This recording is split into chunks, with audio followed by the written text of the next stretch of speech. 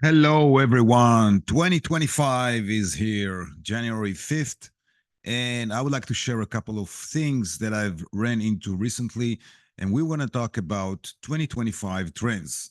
The first thing that is pretty much spoken about every place that I'm looking at is Trump going to wear it to the White House in 2 weeks from now, and everybody's worried about tariff from China. So tariff might go up. They might going to implement a couple of percentage, could be 5, 10, 8%, 12, who knows? I don't really know. I don't think anyone knows for sure what's going to happen. There's a lot of politics around it, which is definitely not what I want to talk about.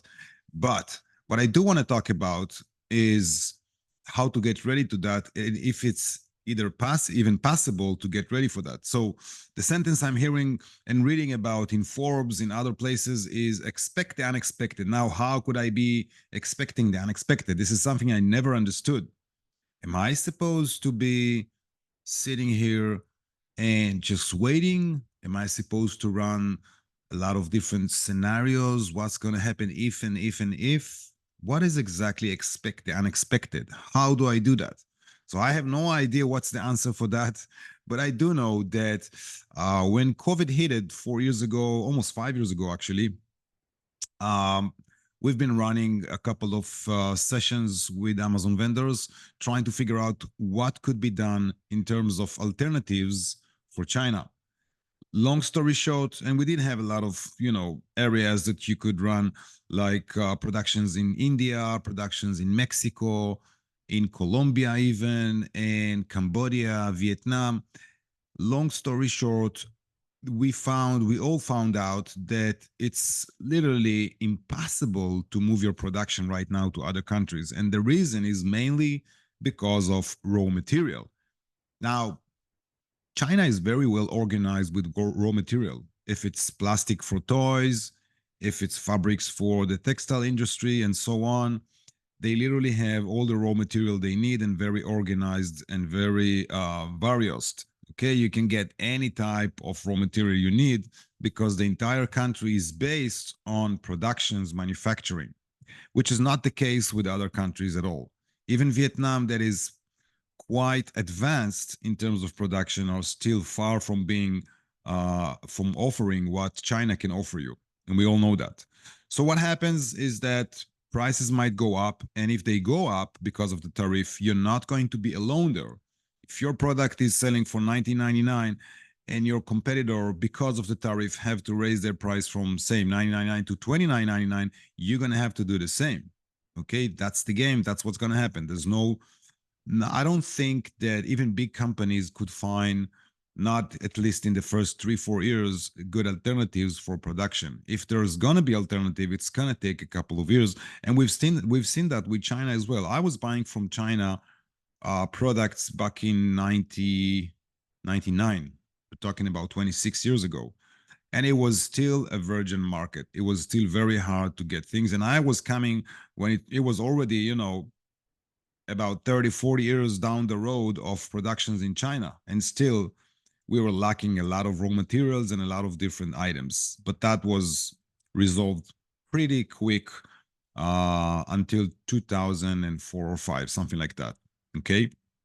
So if productions are going to move to another country like India, for instance, which is, I think, most capable in terms of labor and possibilities, then it's going to take a couple of years to really be able to produce anything you can, just the way you can do it in China. Not to mention, issues like culture and visa for tourists, which are actually not tourists but coming for business, and so on.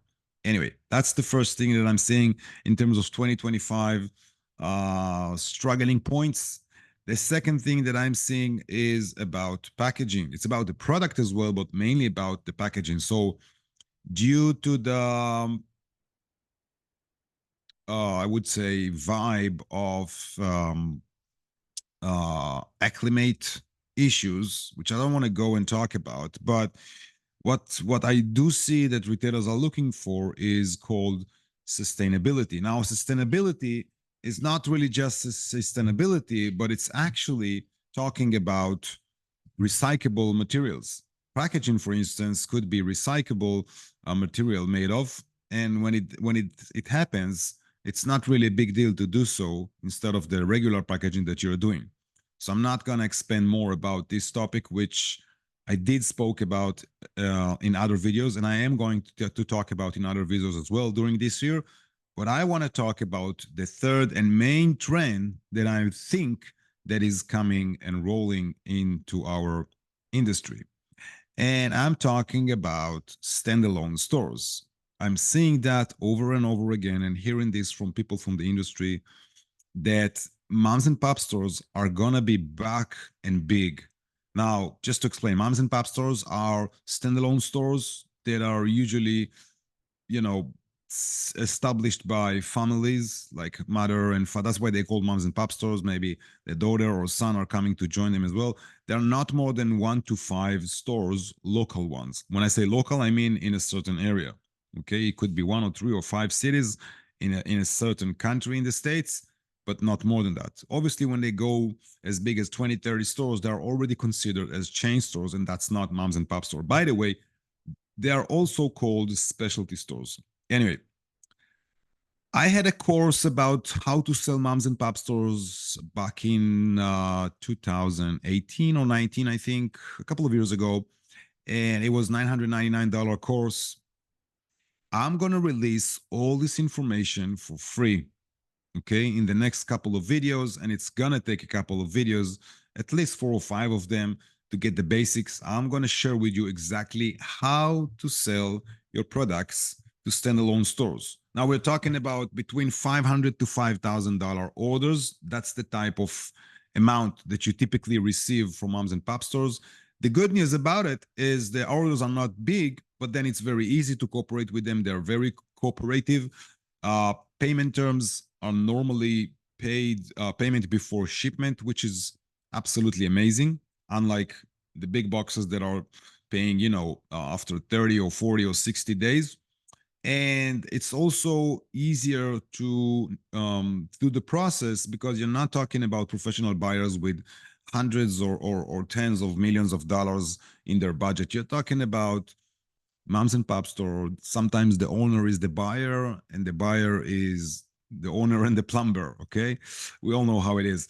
So it's easier to operate everything with them. It's more relaxed type of process. But then again, orders are small. But if you are able to do what I did a couple of years ago with my own brand, when I was selling my own products, I did the same thing with moms and pop store over more than 50 stores.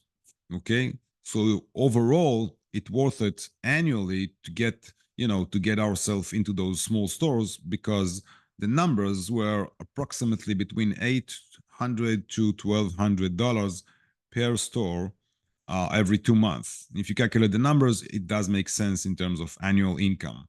So I'm going to share everything with you in the next couple of videos. I just wanted to say that these are the trends that I have seen coming. Obviously, we also have the AI trend, which is going to be far better than it was in 2024. I don't really know where is it going in terms of the AI. I still need to read about it. I don't think things will boost that much because it is taking time to implement a lot of AI applications into retail, into the websites, marketplaces, and the stores as well, and the way they are, integrating between themselves, online and offline. But that's a different topic. Thank you for listening, and I'll see you in the next video.